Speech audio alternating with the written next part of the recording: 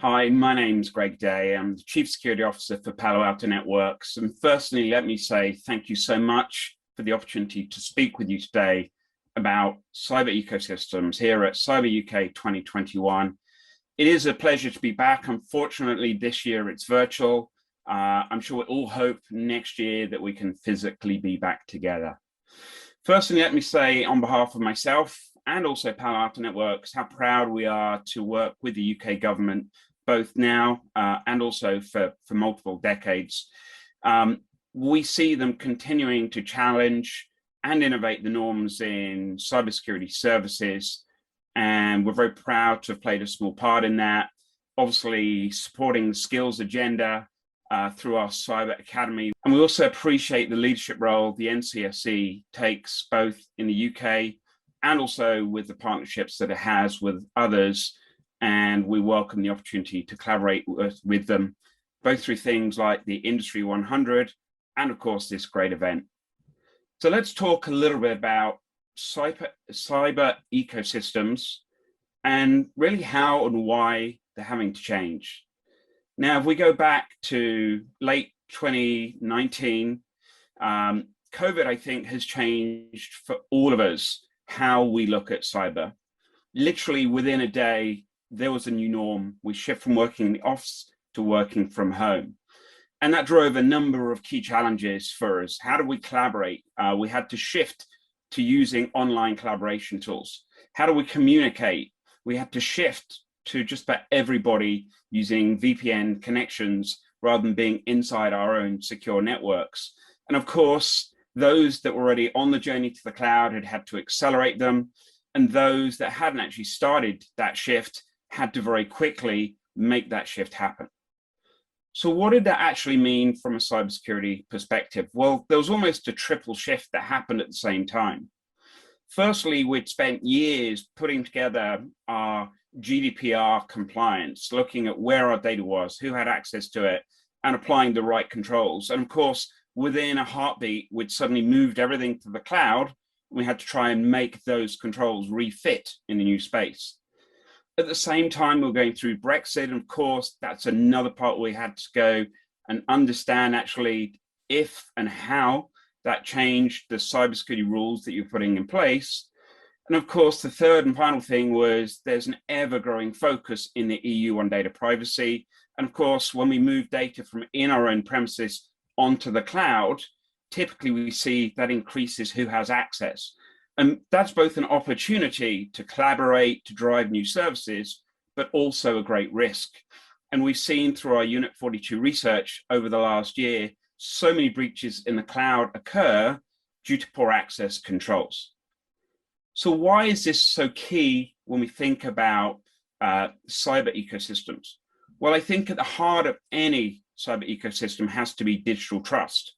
And that digital trust is critical as the digital world, that agile world, continues to evolve and change at pace. So what is it that a digital cyber ecosystem must be able to do? Well, number one, that digital ecosystem must be able to support, firstly, the accelerated move we're going through, that shift left, being able to do things more quickly, more agile, in a more automated way. For many, that actually means catching up with the shifts that have changed over the last couple of years since COVID had started.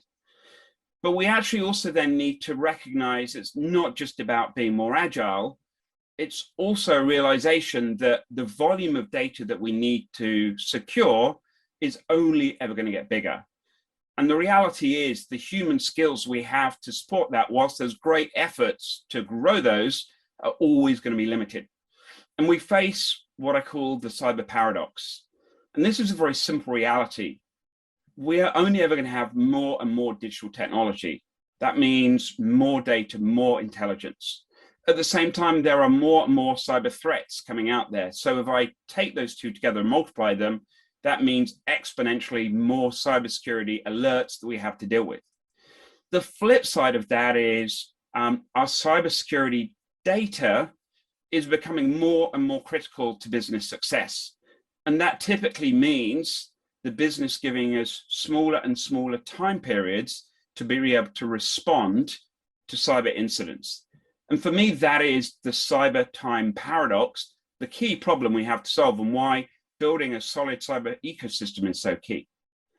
Now, it's really easy to look at this and say, hey, how do we go build something new? But we have to recognize that any ecosystem that we build has to support not only the innovation, the things that we're going to see in the future. And if you think about that shift left in the cloud, we see great new cybersecurity innovators coming out with new technologies, but there's a danger there. We have to make sure we don't build yet another fragmented approach. We have to think about how do we integrate those in some way, but we can't forget the legacy, that kind of long comet's tail that's behind us, all of the systems that we still have to use and support, often even when the providers that delivered those no longer want to support those. It's really easy to call anything a platform. So what actually makes a good cybersecurity ecosystem? If we understand the reasons, the needs for it, what are the key capabilities to sit behind it? Well, number one, I think, is visibility. And this is an age-old problem. If you think about it, any of you remember ITIL, that's something that's been around for 20 plus years. How do we build a database of all of the hardware, the software, the configurations we have? The simple reality today, we're still far from perfect in achieving that. But to build a good cybersecurity ecosystem, we need to have visibility. And of course, that visibility problem is growing at pace. As we've moved to the cloud, it's become increasingly complex. Multiple different cloud services that we need to get visibility across. On top of that, the explosion of SaaS applications, each of those their own little ecosystem. How do we get consistent visibility across all of the infrastructure we have? And of course, I don't think shadow IT has ever been more pervasive than it is today. So not only do we need to get visibility of the things that we know we have, what we used to consider our own internal infrastructure, and I think now it's our own connected infrastructure, both internal and in the cloud, but we also need to look at our external attack surface on a regular basis. How do we validate that we really know what is visible to everyone else, both the things that we've purposely put out there and also the things that maybe others have put out there within our own organization that we're not aware of? So visibility is step one. What's step two? Well, step two for me is probably the biggest shift to building a successful ecosystem, and that is data correlation. Ask any SOC manager, any incident responder, they'll tell you they're already suffering from alert fatigue. Every day, they probably see hundreds, if not thousands, if not millions of alerts. But the key thing is an alert doesn't typically lead to a verified detection. It's just one part of the puzzle. What we need to be able to do is to correlate those different alerts together to actually see at a richer level the problem, to have confidence in what actually is going on. And so for me, this is probably the most foundational shift. We need to think about how do we correlate that data together into some sort of normalized structure to join together all of those different indicators to have confidence in what we're seeing. Now, there's definitely growing standards out there, such as the MITRE ATT&CK framework. So I would challenge you as you start to plan for the future, think about how do I put together a structure that allows me to pull together all of these disparate alerts into a common place. Now, when I think about actually all of those alerts, it's not just about what, but also the how. We've been very good over the last decade of being able to detect all of the indicators that we see through the attack lifecycle. But what we need to get better at is also looking at the behaviors that link those indicators together. This is where smarter use of ML, machine learning, can help us better detect and see new attacks rather than relying on often very manual processes. Now, this is really all about context. Context is key. And this really comes back to the visibility part. So if we can join together the artifacts using some common industry structure, we can see more of the attack to have richer context of what it is, but we also need to understand the who, the where, the what, to be able to understand the why. Where did this data come from? Who was it aimed at? What was it trying to do? Is that a normal business process? Is that an abnormal business process? So if I think about what is key, data is the key here.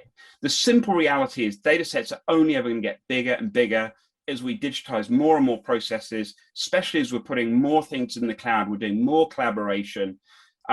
The simple reality here is that said, it's only ever going to grow bigger. And so I challenge one other fundamental premise here, which is not only do we need to think about how do we standardize that data, but actually we also have to recognize that the volume of data is getting bigger, but back to that time paradox, the time to respond is getting smaller. So to also challenge you, think about where is that foundational component. And I think we can no longer depend on that being in our own organization. We really need cloud compute, not only to deal with the volume of data, but to get us the answers as quickly as possible. Now, again, with all of this, we cannot forget the legacy. Think about how you're going to pull some of that legacy information into your new normalized structure. You can do that through APIs, or you can look at using SOAR tools, which is all about, how do I take security, orchestrate and automate into that common place to help drive remediation. But at the same time, think about the innovation. Those new capabilities, can they naturally pass into that common data set? Are you going to use APIs? It's about how do I integrate now? And I think one of the real shifts that I've seen over the last couple of years is actually integration has become more pivotal than features when we look at new capabilities. But when you think about that, think about what and why are we doing that integration? And for me, data correlation is king. That is the core. Now, if we started to think about, okay, this is our ecosystem, we have to come back to the underlying goal, which is risk management. Now, this is inherent, be it from COVID or business needs. The volume and the value of data is only growing the more we interconnect it. And especially when we think forward to 5G, we're only going to see a growing explosion of meshing different data together. And so I hear so many organizations talking about segmentation, micro-segmentation, zero trust. How does that fit into your security ecosystem? Well, I want to cover firstly a couple of misnomers. It's not a project. If this is something you think you can start tomorrow, finish in X days time, you're going to fail. It's not a feature. This is not something when you go and look at new capabilities, you go, great, now I've ticked the zero trust strategy. And it's definitely not just encryption. It's a strategy. And I want to come back to the founder behind Zero Trust, John Kindervag, a good friend of mine. I love his favorite quote: packets are not people. We don't trust packets. They're an inert thing. Now, in John's kind of notion, it was all about how do we set the minimum viable access rights to any key data, asset, process, or bit of information.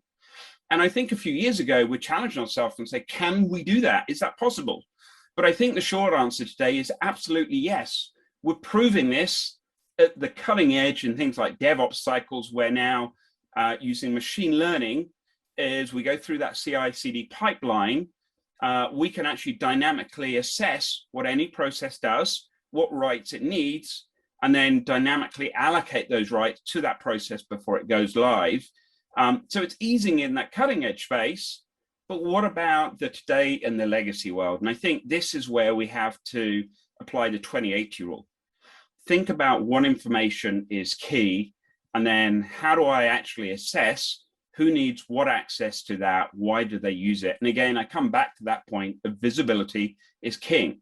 You need to understand the who, the what, the where, and the why to be able to enforce that strategy of how do I reduce who needs the right access to which bits of critical information or which processes.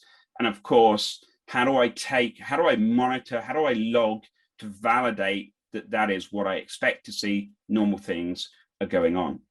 Now, let me come to, if you like, the third and final pillar here, which is, okay, if I've built an ecosystem where I can bring this data together, I have the right visibility, I can correlate it. Correlation isn't the endpoint. The response strategy is the endpoint. Now, I want to give you a very quick analogy here, because I think this is, for me, the shift that we all have to make. I saw several years ago an X Prize competition for the medical tricoder. If any of you remember back to Star Trek, the original series, Bones, the doctor would flip open what looked like a very early big mobile phone, wave it over his patients, and it would magically tell them what's wrong. Now, the X Prize was kind of trying to replicate that kind of sci-fi notion. Could we use technology? And in fact, in this instance, the people that won the prize stringed together a number of different wearable devices to pull telemetry, to correlate it, to diagnose some simple medical conditions, as well as skilled doctors. And the answer was yes, they could. They proved they could. So why does that apply to us in cybersecurity? Well, we've got the same challenge. We have so much data. We have more and more processes that are being digitized, and we have this skill challenge that we are trying to evolve, build out more and more capability, but we're always going to be following that data growth problem. So we need to think about, where do we need human skills and where can we leverage automation? For that, we need to have that correlated data. And just like the police person that deals with any real world crime, we need to be able to build together that body of evidence, collecting the different IOCs and behavioral IOCs to give a high degree of confidence. Now, I think it's easy to think about automation in that, how do I do that gathering and pulling those artifacts together? But it's not just about that part. Anyone that works in incident response will tell you there are multiple steps to actually responding to an incident. Do I block the traffic? Do I allow the traffic? Do I take bits off the traffic? Do I send a notification back to the sender? The list is endless. And of course, when we think about that skills problem, and when we think about where do we augment, where do we supplement human skills, don't just think about it in the detection space. Think about which steps in that response cycle actually could I also use automation to free up our growing talented skilled resource to really focus on the complex problems, the new, more sophisticated threats, or where a threat really is focused on critical part of your business. So let me pull this all together. Number one, we live in an ever more agile and changing world that's only going to become more and more digital. And that means we're going to have to not only embrace our current world, but also become better at being able to adapt as that world continues to change. Now, I think there are two factors to that. One is the skill shortage that I mentioned. It's great, the partnerships between government and industry trying to upskill more people, but we really need to think about, where do we leverage those skills? The second is, we can't forget the legacy. That legacy is always going to be with us. So as much as we look to innovate and stay ahead of the innovation, we've got to make sure we pull that legacy world with us. Why do we need an ecosystem? Hopefully you've taken away a couple of key points here. Number one, so we can make smarter, richer, better decisions, correlate all of those artifacts together so we have high degrees of confidence. And if we have high degrees of confidence, then we can start to better automate some of that detection as well as that response cycle. And bear in mind that data set is only ever going to grow and grow and grow.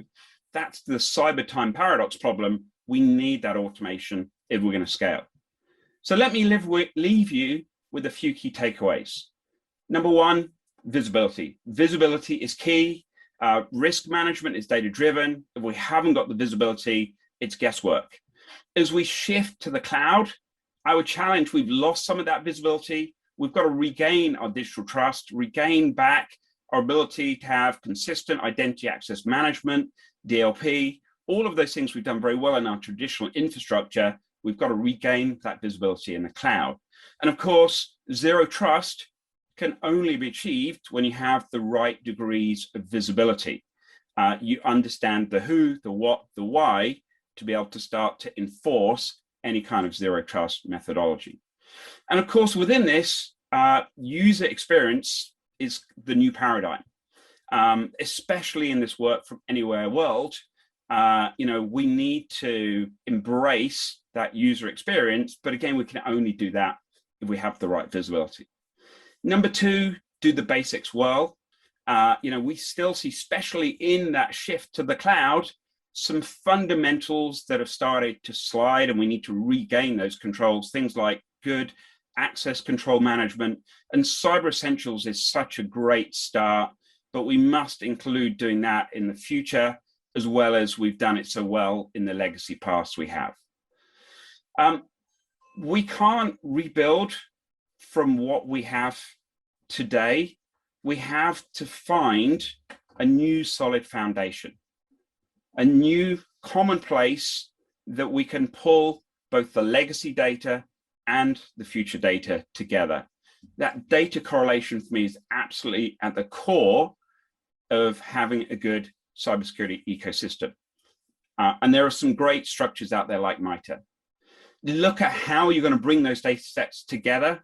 Ideally, that's native integration, but obviously there are other methods, APIs, SOAR integration.